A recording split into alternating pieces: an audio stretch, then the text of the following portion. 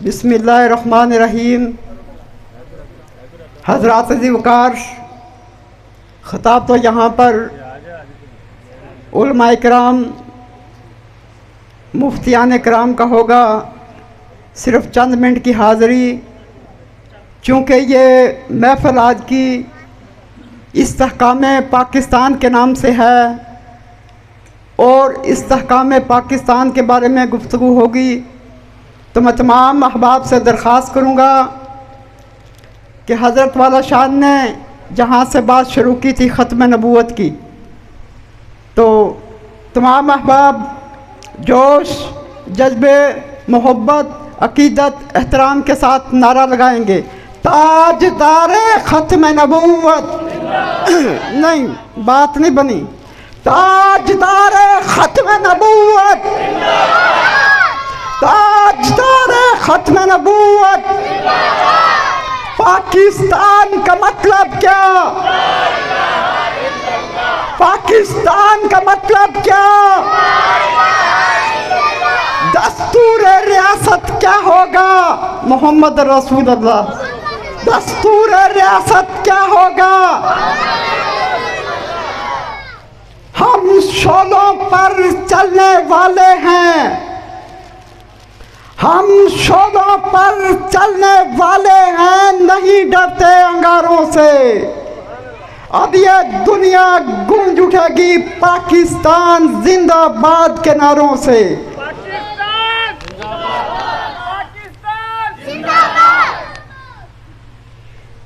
हज़रात ज़िवकार, मिली नहीं हमें अर्ज़ पाक तोहफे में, मिली नहीं हमें अर्ज़ पाक तोहफे में, जो लाखों दीप बुझे हैं तो ये चिराग जला है।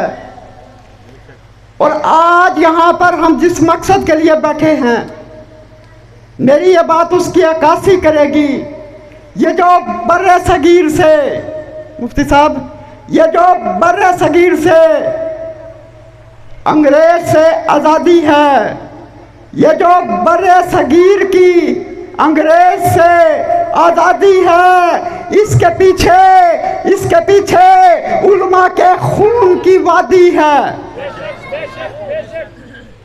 हक बात की खातिर, हक बात की खातिर जान देने की जो रस्म चली है, इस रस्म का बानी हुसैन इब्ने अली है, हुसैन इब्ने अली है, हुसैन इब्ने अली है। ना घबराओ मुसलमानों, अभी इस्लाम बाकी है। ना घबराओ मुसलमानों, अभी इस्लाम बाकी है। कुरान बाकी है, खुदा की शान बाकी है। खून शहीदों का रंग लाया है, खून शहीदों का रंग लाया है। उछल रहा है ज़माने में नामे आज़ादी।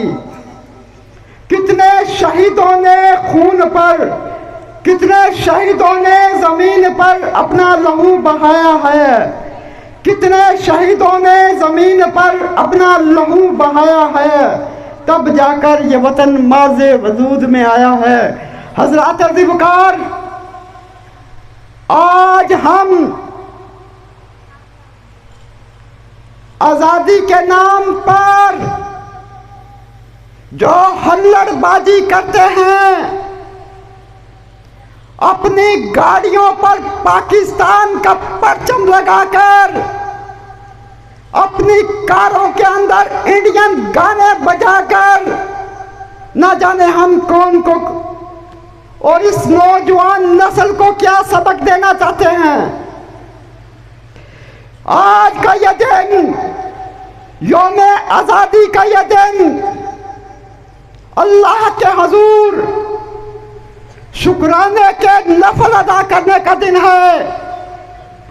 लेकिन हमने इस दिन को शुगल और मेले में, हल्लड़बाजियों में, नाच और गाने में सर्व करके रख दिया है। जब पाकिस्तान मार्ज़े वजूद में आया था, उस वक्त अपने किसी बुजुर्गों से पूछो कि उन लोगों ने हम मुसलमानों के साथ क्या सलूक किया था। हमारी नौजवान बच्चियों को, बहनों को, बेटियों को हजारों की तादाद में अगवा करके उनकी इज्जतें लूटी गई थी। नन्हे मासूम बच्चों के गले काट कर भालों पर लटकाए गए थे। उन लोगों से किसी की इज्जत महफूज नहीं थी। नौजवानों को, बूढ़ों को, बच्चों को शहीद किया गया था। खून की नदियां बह गई थी, तब जाकर ये वतन कायम हुआ था। और जिस वक्त ये वतन कायम हुआ तो हिंदुस्तान से एक पूरी ट्रेन भरकर पाकिस्तान की तरफ आ रही थी कि सिखों और हिंदुओं ने उस ट्रेन को रोककर तमाम मुसलमानों को शहीद कर दिया। जब वो ट्रेन लाहौर के रेलवे स्टेशन पर आकर रुकी थी तो खून की नदियां बही हुई थी। उस ट्रेन से खून ही खून टपक रहा था। लोगों, वो मंजर याद करो, ये हल्लड़बाजियां छोड़ दो। ये जो तुम नाच गाने खेल कूद का काम लेकर इस दिन की हुर्मत को पमाल कर रहे हो, इस पमाली से बाज आ जाओ।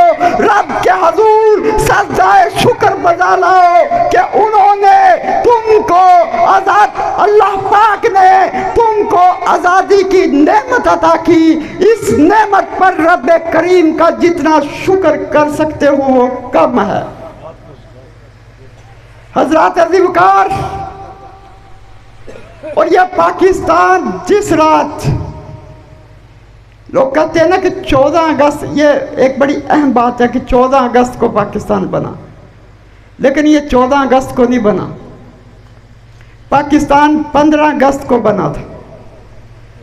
लॉर्ड माउंटन ने 14 और 15 अगस्त की दरमियानी शब को आज़ादी का ऐलान किया था।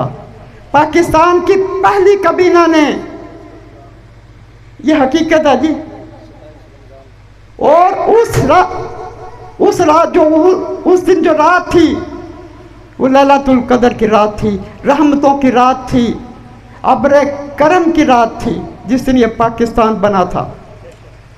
और पाकिस्तान की पहली काबीना ने फैसला किया कि हम 15 की बजाय 14 अगस्त को यौम आज़ादी मनाएंगे। ये शायद आपको आपने किसी ने बात ना बताई हो कि पाकिस्तान 15 अगस्त को बना था। और उस वक्त जो डाक का टिकट जारी हुआ था, उस डाक के टिकट पर भी 15 अगस्त लिखा गया था। हज़रात ज़िवकार, मदीना पाक है, दुनिया में सरजमीन मदीना पाक है और पाकिस्तान भी पाक है। इसकी निस्बत जो है मदीने से मिलती है। इसी निस्बत को अपनाओ। आज हम, कोई हमें कहता है, हजरत साहब किसी को कहते हैं कि आओ मस्जिद की तरफ, नमाज की तरफ, कुरान की तरफ, तो हम कहते हैं हमारे पास टाइम नहीं। मेलों ठेलों के लिए, सियासी जलसों के लिए, सियासी लीडरों को जिंदाबाद और मुर्दाबाद करने के लिए तो आपके पास बड़ा वक्त निकलाता है। फिर तो आपको लाहौर जाना पड़े, इस्लामाबाद जाना पड़े, कराची जाना पड़े, तो आप जोक शौक के साथ भागे जाते हैं। लोगों, कुरान में, नमाज में, दीन में, इस्लाम के अहकामात पर अमल करने में ही आपकी निजात होगी। वहाँ पर सियासी लीडरों का नहीं पूछा जाएगा आखिरत में। मैदान महशर में अगर हिसाब होगा, कुरान पाक का होगा, नमाज का होगा, रोज़े का होगा, हज का होगा, ज़कात का होगा।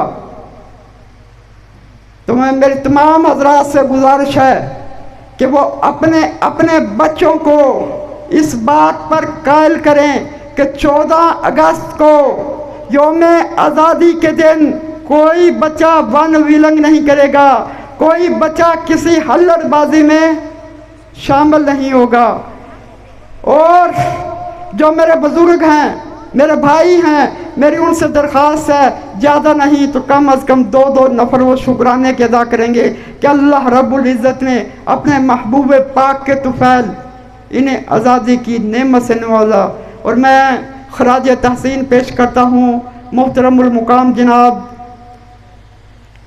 मौलाना सरफराज अहमद साहब को कि इन्होंने ये 10वां सालाना इस्तेहकाम पाकिस्तान सेमिनार है कि इन्होंने मिली दीनी गैरत को मलहूज़ खातिर रखते हुए इस वीरान जगह पर यह महफिल सजाई और लोगों को, नौजवान नस्ल को बताया कि पाकिस्तान किस तरह बना, पाकिस्तान बनने में हमारे असलाफ ने क्या क्या किरदार अदा किया।